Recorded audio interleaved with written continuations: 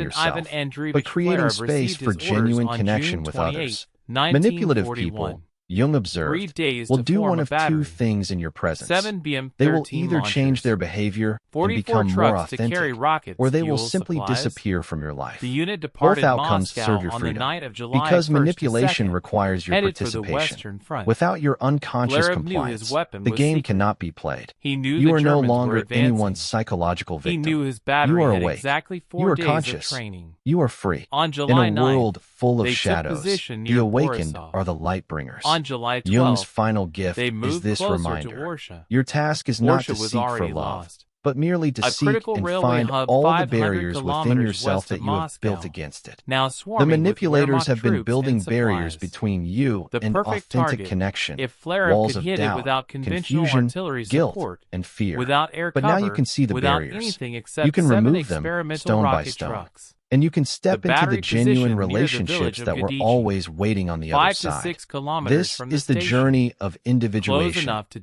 devastate, unconscious to far enough to conscious, escape. from reactive to July responsive, 14th, from manipulated to 1941. sovereign. Choose consciousness. 3:15 p.m. Choose clarity. Flerov Choose gave the psychological order. freedom. The Walk as first Jung salvo in intended, history. awake, 7 aware, and BM-13s unshakably firing yourself. The simultaneously. shadow's greatest fear is your light. 112 Turn it M13 on. rockets Keep it on. launching in Never waves. let anyone convince you to The dim it. psychological For when you effect was shine, immediate you and illuminate not overwhelming. only your own path, German soldiers but the path for described it all as who a have lost their way in continuous sea of darkness. fire. You become what The Jung railway called station, the individuated packed with soul, trains, a beacon in the ammunition, collective fuel, unconscious, and reminding reinforcements, humanity of what is disappeared in possible when explosions consciousness and awakens. secondary detonations. This is your birthright. This is Marshal your power. Semyon This is your Timoshenko freedom. reported to The game Stalin. is over. The You battery have seen inflicted through the such illusion. heavy losses Welcome home to that yourself. the enemy spent If you all enjoyed day this video, collecting wounded please and like, dead, comment, halting and their subscribe. offensive entirely. The Germans retreated not just from the impact zone, but from areas a kilometer beyond it. The panic was that complete. German machine gunner Hans Kincherman later described it. "It's a real hell. Fire and red-hot metal falling from the sky on us. From this deadly rain, there is no escape anywhere." But there was a problem. A critical problem that would nearly limit the Katyusha's potential. The trucks. The Soviet Achilles heel. The BM-13 initially rode on ZIS-5 and ZIS-6 trucks, Soviet-made six-wheelers with a maximum speed of 34 miles per hour and a tendency to get stuck in anything resembling mud. Soviet Lieutenant Pavel Gurevich put it simply. The ZIS was two-axle and stalled if the road was bad. This wasn't just inconvenient. It was existential. The entire tactical doctrine of the Katyusha depended on mobility. Fire, then disappear before German counter-battery fire could locate and destroy the launchers. A truck that couldn't handle rough terrain was a death sentence. In 1941 alone, the Soviet Army lost 58% of its vehicles. 58%. The industrial capacity to replace them didn't exist. Soviet truck factories were either captured by advancing Germans or hastily evacuated eastward, their production capacity decimated. The Red Army was running out of wheels. Then something extraordinary happened. Something that would bridge the ideological divide between American capitalism and Soviet communism through the most unlikely ambassador, the truck. Enter the Studebaker Corporation of South Bend, Indiana. The Arsenal of Democracy. March 1941, 9 months before Pearl Harbor. President Franklin Roosevelt signs the Lend-Lease Act into law.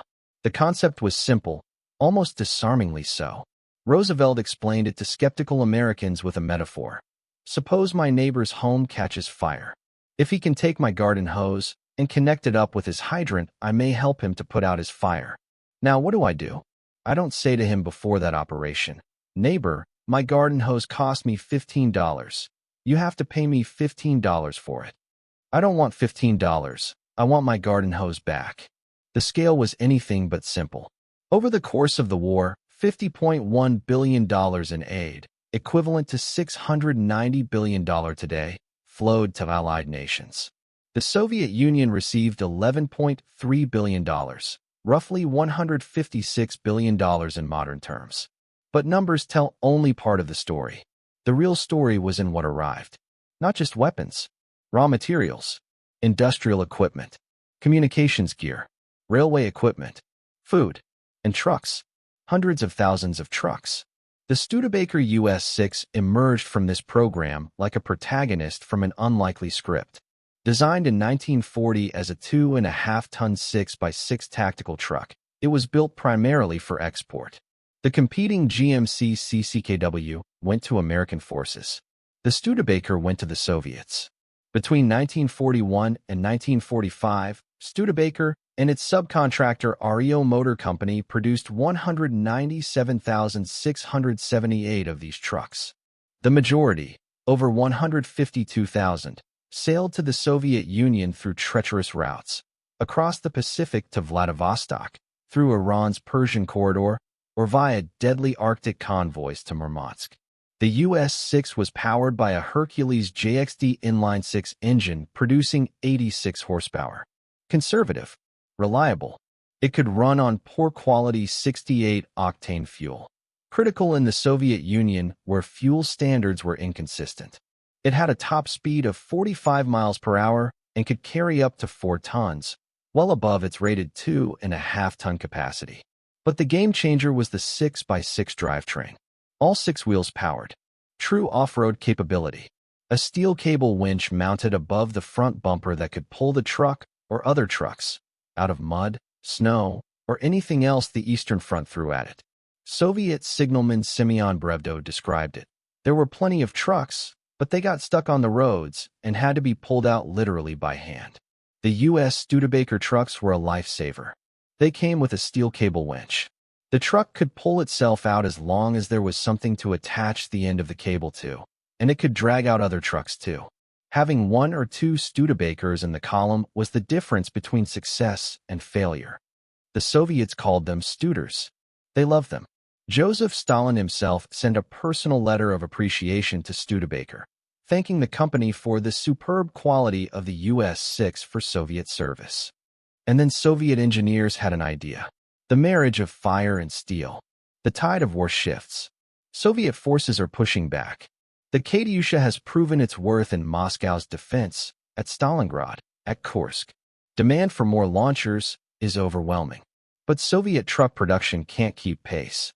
Then the Studebakers start arriving in significant numbers. Thousands of them. Reliable, powerful, fast. Soviet engineers begin mounting BM-13 launchers onto American truck chassis. The transformation is remarkable. The US-6's superior off-road performance means Katyusha batteries can now deploy across terrain that would have immobilized ZS trucks. They can reach positions Soviet trucks couldn't access. They can escape counter-battery fire that would have caught slower vehicles. The BM-8-48 variant, 48 launch rails for smaller 82mm rockets, is mounted on Studebakers and ZS SIXS. But the American truck proves far more reliable. The massive BM-31-12, firing 12 300mm rockets with 64-pound warheads, finds its perfect platform on the Studebaker chassis. The sheer power of the launcher required a truck that wouldn't shake itself apart. The US-6 delivered. By 1944, imported vehicles constituted 70% of the Soviet Army's fleet. Red Army mobility, particularly for artillery and supply units, now ran on American wheels. Over 20,000 Katyusha launchers would be mounted on Studebaker trucks during the war. Think about that. 20,000 American trucks, designed in Indiana, shipped across the Arctic or through Iran, made it to Soviet rocket launchers, and unleashed on German forces. The irony was profound. Capitalist production methods, assembly lines, standardized parts, mass manufacturing, enabling communist military operations. American steel carrying Soviet fire. The Wehrmacht couldn't comprehend it. German intelligence struggled to understand how the Soviets suddenly had such reliable, numerous mobile rocket artillery. The launchers themselves were already terrifying. Now they appeared everywhere, struck without warning, and vanished before Luftwaffe aircraft or German artillery could respond. Stalin's organ plays its song. The sound came first. Always the sound. German soldiers would describe it in letters and diaries, in interrogation reports, in whispered conversations after battles. A wailing, howling shriek unlike anything in their arsenal. The rockets weren't precision instruments. They were instruments of terror, Stalin's organ. The nickname came from the visual resemblance of the launch rails to pipe organ tubes, and from the symphony of destruction they played. In Finnish, Stalinin Urit. In Hungarian, Stalinergona. Every language on the Eastern Front found words for the thing that haunted their nightmares. A battery of 4 BM, 13 launchers could fire a salvo in 7 to 10 seconds that delivered 4.35 tons of high explosives over a 400,000 square meter impact zone. That's roughly 100 acres covered in fragmentation, fire, and concussive force in the time it takes to read this sentence. But it wasn't just the physical destruction. The psychological impact was calculated, weaponized. The rockets produced temperatures up to 800 degrees Celsius on impact. Hot enough that metal fragments were superheated, turning each explosion into a killing zone of molten shrapnel. Survivors described the air itself seeming to burn. The directive from Soviet Supreme High Command, October 1, 1941, the sudden, massive and well-prepared fire of Divisions M8 and M13 provides an exceptionally good defeat of the enemy, and at the same time has a strong moral shock to his manpower, leading to a loss of combat capability. Moral shock was putting it mildly. German soldiers broke and ran. Battle-hardened veterans abandoned positions. Some accounts describe Wehrmacht troops in shock, unable to function after Katyusha barrages. The Germans tried to copy it. They developed the 8 cm Raketenwelfachwerfer, their own multiple rocket launcher system. But it never achieved the same effectiveness, the same psychological dominance. The Katyusha had first-mover advantage in both technology and terror, and those American Studebakers kept coming. Thousands more arriving monthly through 1943, 1944, 1945. Each one capable of carrying a Katyusha launcher deeper into German territory as the Red Army pushed westward. The captain who died to keep the secret. Captain Ivan Flerov fought through the summer and autumn of 1941. His battery, the first to fire in combat, became legendary. Every use of the Katyusha had to be reported directly to command. The weapon was that sensitive. NKVD troops provided security. Orders were explicit. Under no circumstances could the launchers fall into German hands. Each BM-13 carried an explosive device specifically designed to destroy the weapon before capture. October 1941. Near the village of Bogodar in the Smolensk region, Flerov's battery was encircled, ambushed by Wehrmacht forces. Immobilized in marshy terrain, out of ammunition, the situation was hopeless. Flerov ordered all remaining rockets fired. Then he ordered the trucks destroyed. The explosions lit up the night. 7 BM-13 launchers blown apart, their secrets consumed in fire. The battery fought on foot, trying to break through German lines. Of 170 soldiers, only 46 escaped the encirclement. Captain Flerov was not among them. Severely wounded, he crawled to the lead launcher and detonated it with himself inside. He would not let the Germans capture what remained. He would not let them understand how it worked, how it was built, how it could be countered. For decades, Flerov was listed as missing in action. Only after the war, when documents from a Wehrmacht headquarters were discovered describing the engagement near Bogodar on the night of October 6 to 7, 1941, was his fate confirmed. In 1963, he was posthumously awarded the Order of the Patriotic War, first degree. In 1995, 54 years after his death, he was posthumously awarded the title Hero of the Russian Federation. The weapon he died protecting would outlive the war by decades. The thunder rolls west. Operation Bagration. The Red Army's massive counteroffensive to liberate Belarus and push toward Germany. Katyusha salvos precede every major attack. The skies above the Eastern Front fill with rocket trails so dense they resemble meteor showers. Soviet artillery tactics evolve. No longer just area saturation. Now massed Katyusha regiments. 36 launchers firing simultaneously can deliver over 500 rockets in seconds. The impact zones become killing fields measured in square kilometers. At the Battle of Kursk, the largest tank battle in history, Katyushas disrupt German armor formations before they can organize. At Stalingrad, they rain fire on German positions trapped in the urban maze. In the drive to Berlin, they clear enemy strongpoints ahead of advancing infantry. The Studebakers perform flawlessly. Artilleryman Ilya Muraysin wrote, "The Studebaker deserves a monument like those everywhere to the famous T-34 tank." By war's end, nearly 10,000 Katyusha launchers were produced in various configurations. BM-8s mounted on everything from jeeps to light tanks. BM-13s on trucks and tractors. BM-31s on heavy truck chassis. Even rail-mounted versions and installations on river gunboats. The system proved so effective that it influenced post-war Soviet military doctrine. The Soviet Union standardized truck-mounted multiple rocket launchers as a primary artillery arm. The BM-21 Grad, introduced in the 1960s, was a direct descendant. And the legacy of the Studebaker lived on too. After the war, Soviet engineers copied the US-6 basic design to develop the GAZ-51, GAZ-63, and later the ZL-151 and ZL-157 trucks. These vehicles, based on American Lend-Lease designs, served Soviet military and civilian needs into the 1990s. The truck that won the war became the template for a generation of Soviet vehicles. What the Axis never understood. The story isn't really about trucks or rockets. It's about systems. About combining mobility with firepower.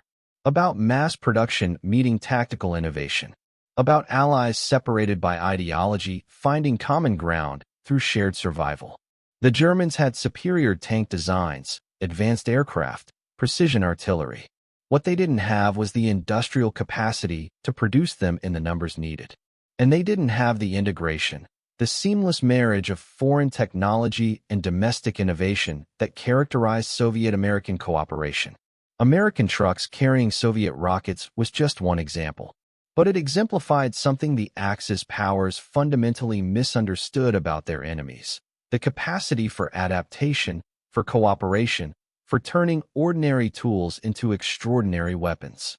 The Wehrmacht encountered Katyushas and called them Stalin's organ, a name mixing fear and grudging respect.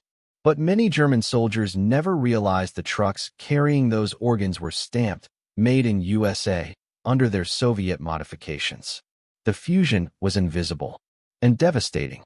Nikita Khrushchev, Soviet premier from 1953 to 1964, recalled Stalin's assessment of Lend-Lease. He stated bluntly that if the United States had not helped us, we would not have won the war.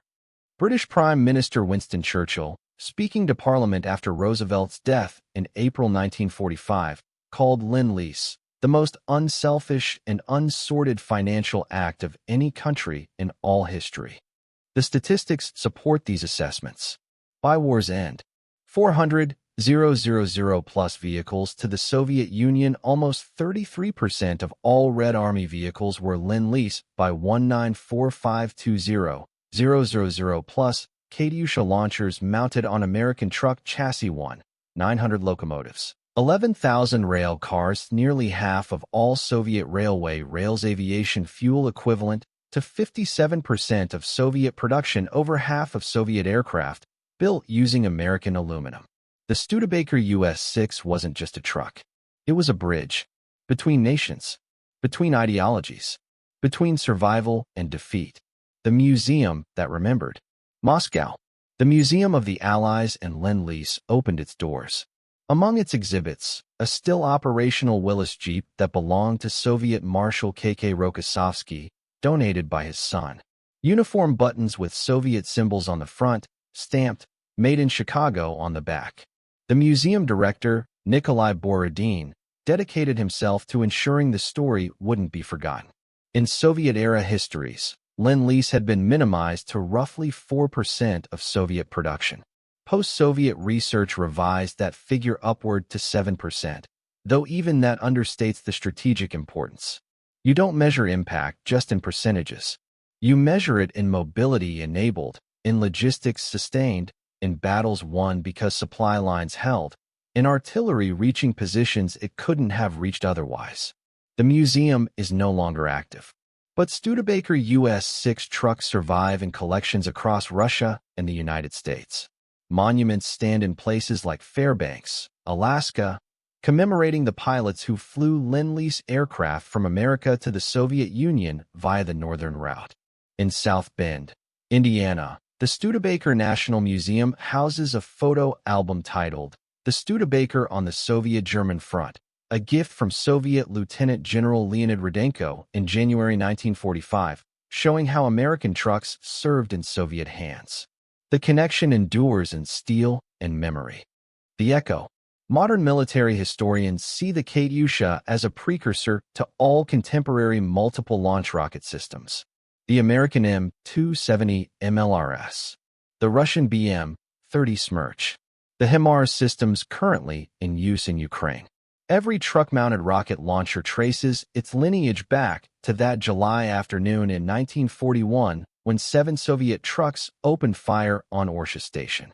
And every modern system embodies the same lesson the Axis powers failed to learn. The most devastating weapons aren't always the most technologically advanced. Sometimes they're the simplest ones, produced in massive quantities and deployed with ruthless efficiency. The Studebaker US-6 was an ordinary truck. Reliable, rugged, nothing special on paper. The BM-13 Katyusha was a rack of rails bolted to a truck bed.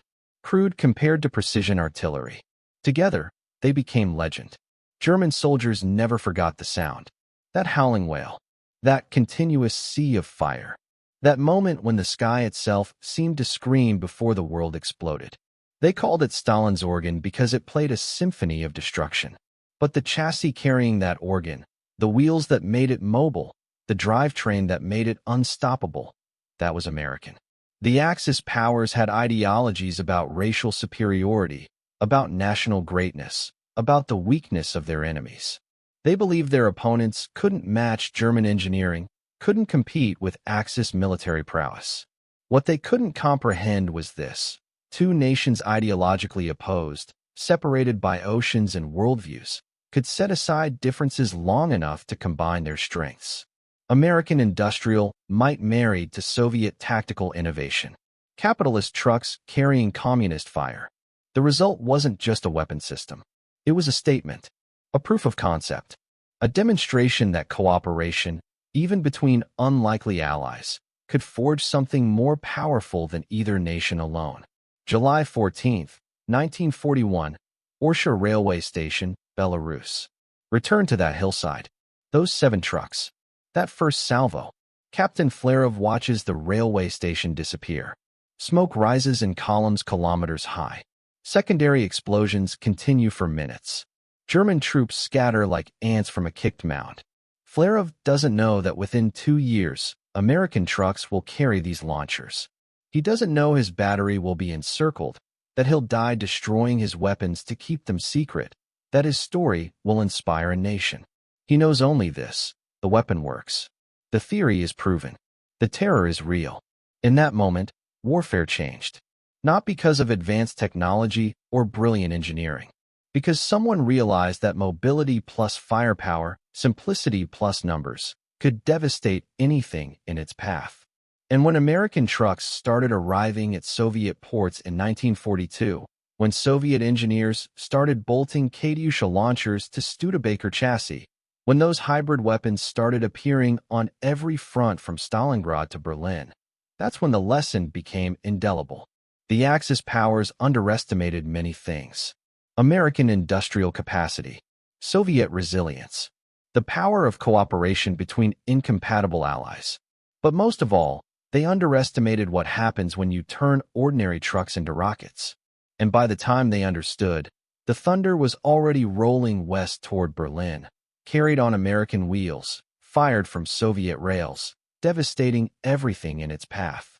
The howl of the Katyusha, the roar of the Studebaker, the sound of victory, rolling like thunder across the Eastern Front.